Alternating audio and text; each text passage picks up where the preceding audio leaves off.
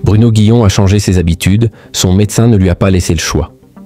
Qui restera dans la lumière est de retour ce samedi 26 avril à 21h10 sur France 2, avec Bruno Guillon à la présentation. Un célèbre animateur qui a apporté une modification de taille à son mode de vie en s'appuyant sur un conseil de son médecin. De quoi s'agit-il?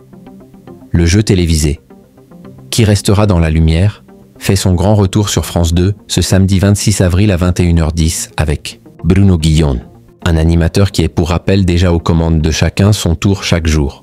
Interrogé sur son rythme professionnel chargé au début du mois par nos confrères de Télé 7 jours, celui qui est également à la tête d'une matinale sur Fun Radio, station de radio où devrait atterrir Cyril Hanouna à la rentrée, a révélé que ses week-ends étaient entièrement réservés à sa famille. Idem pour les vacances. Il prend même le temps d'aller à la salle de sport, une activité qu'il n'apprécie pourtant pas vraiment d'habitude.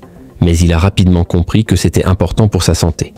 Il y a 1 an et demi, mon cardiologue m'a conseillé de m'y mettre si je voulais prolonger mon espérance de vie. Donc je me suis mis au sport sur prescription médicale. Avec le temps, il y a pris goût. Aujourd'hui, je ne peux plus m'en passer. Un sujet que celui qui fut pour rappel victime d'un homejacking il y a 2 ans avait également abordé, sur le plateau de Quotidien, le 17 avril. J'ai testé un truc super, c'est le cardiologue, avait-il ironisé, avant donc de raconter qu'il s'est mis au sport grâce à lui.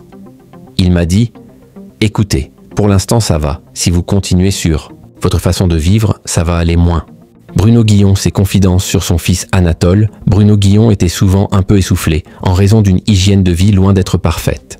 Je me lève à 4h moins le quart, je pouvais bouffer du saucisson et du pain à 7h, puis remanger à 10h, et puis à 13h. Depuis, il fait au moins 1 heure de sport par jour. Un changement dans sa vie qui doit sans doute rendre assez fier sa famille, et notamment son fils Anatole. Un enfant dont il n'a pas pu pleinement profiter à cause de son agenda et de sa profession.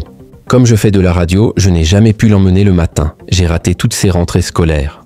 S'était-il notamment désolé auprès de nos confrères de Femmes Actuelles. Puis de nuancer. Par contre, dès que je peux, j'essaie d'aller le chercher le soir.